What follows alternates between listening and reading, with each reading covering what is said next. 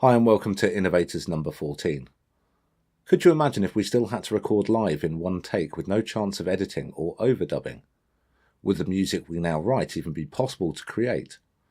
What about adding effects to your music like phase shifting and echo? Imagine how flat and uninspired your music might sound without the application of effects. Innovator number 14 has influenced everyone who has ever done any multi-tracked recording. Anyone who owns a home studio or professional studio owes a debt to his investigations and experimentations with recording. Involved in its development 60 years ago, Innovator number 14 also lent his name to one of the most iconic electric instruments ever invented. As a musician, Innovator number 14 retained a musical career for almost 80 years, becoming one of the most popular artists of the 1950s, and was still undertaking a weekly residency up until his 90s.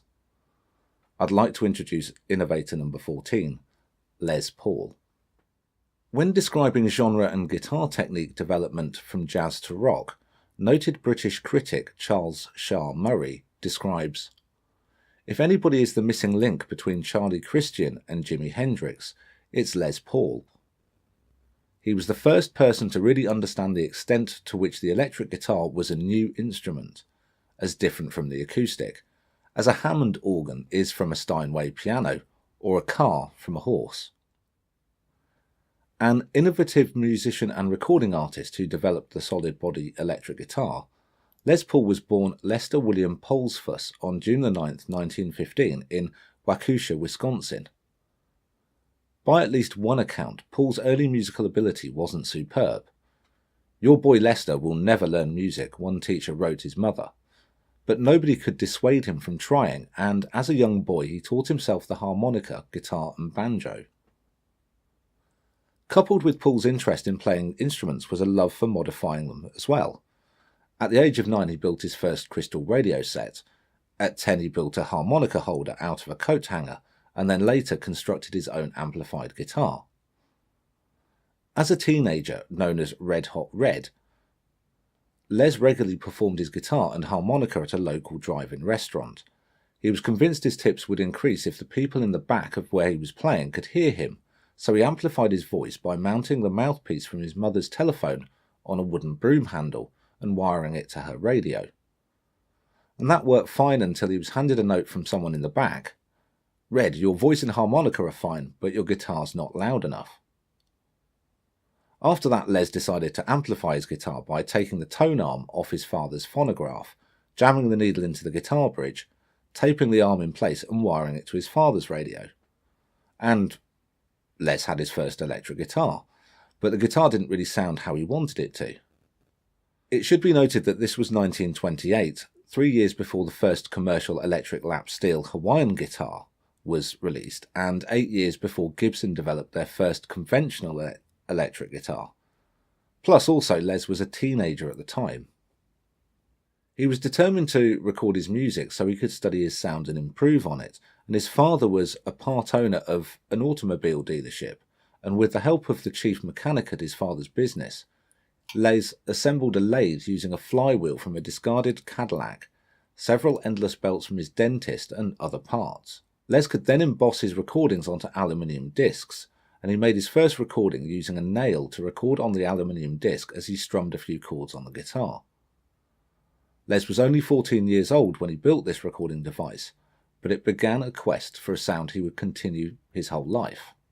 By the age of 18, now named Rhubarb Red, his career took off and he was playing country music from Wisconsin through to Chicago.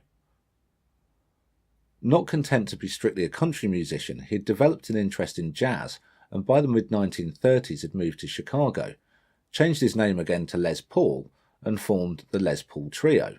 He formed his first trio and learned jazz on the south side of Chicago while he was playing country music during the day on the Chicago radio stations. By the 1940s, Paul had established himself in the jazz world, recording with such stars as Nat King Cole and Bing Crosby. Les was in New York in 1941 and his guitar playing career had taken off, but he was still experimenting with electrifying his guitar. At this point, electric guitars were adaptations of acoustic designs. Hollow-bodied, and limited on volume and sustain, and prone to feedback if amplified too loudly. Les worked tirelessly on creating an electrically amplified guitar that didn't have feedback and provided volume, tone and sustain that he could control. Les took a 4" by 4" piece of pine and strung it like a guitar, added his homemade pickups, a bridge, a viola tailpiece, strings and the neck of an old Epiphone Broadway guitar. He then got the sound he wanted, and he called it the log. When he took the log to a nightclub to play, the audience was unimpressed. Les was determined, and so then he took an old Epiphone guitar, sawed it in half and gave his log Epiphone wings so it looked more like a guitar.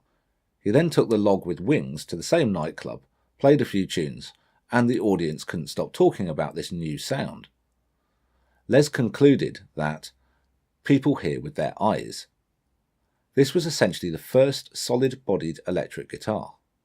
Taking his invention to guitar manufacturers Gibson and Epiphone, they weren't interested, believing that there would be no commercial interest in the design.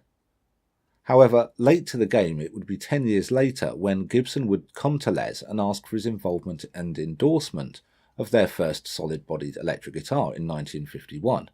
But this was once Fender had already captured the market with their Broadcaster, and then renamed Telecaster model.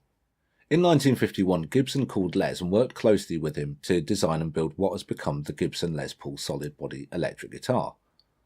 The first models were sold in 1952, and it still remains one of the most top-selling guitars in the world. The Gibson Les Paul is one of the most iconic guitar designs known, copied many times by other manufacturers over the 60 years of its history. Les Paul's contributions to the music industry are legion. Tape delay, phasing effects, multi-track recording and overdubbing, or as he called it, sound on sound, are all techniques that are still in use today and that have helped to evolve music and recording technology over the past half-century. Of these, his sound on sound was probably the most revolutionary.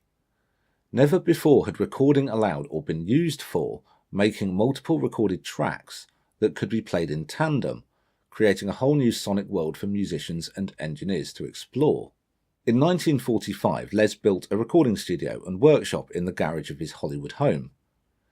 Bing Crosby gave Les one of the first Ampex Model 200A reel-to-reel audio tape recording decks to experiment on. Les took the cutting-edge technology of the day, this mono tape machine, and engineered a multi-track recorder out of it. This forerunner of all multi-track tape machines was used until computer technology really rose to prominence. Adding a second recording head to his Ampex tape recorder was pivotal to the sound-on-sound recording technique, and then later Les expanded on the concept to build more robust devices, including the 8-track tape recorder. In 1948, Capitol Records released Lover, a recording that had begun as an experiment in Les's garage. It featured Les playing 8 different parts on electric guitar, layered one over the other. This was the first time that Les used multi-tracking in a professional recording. Les's multi-track recordings were not made with the traditional magnetic tape, but with acetate discs or lacquers, the progenitor of vinyl records. Les would record a track onto an acetate disc, then record himself playing another part along with the first.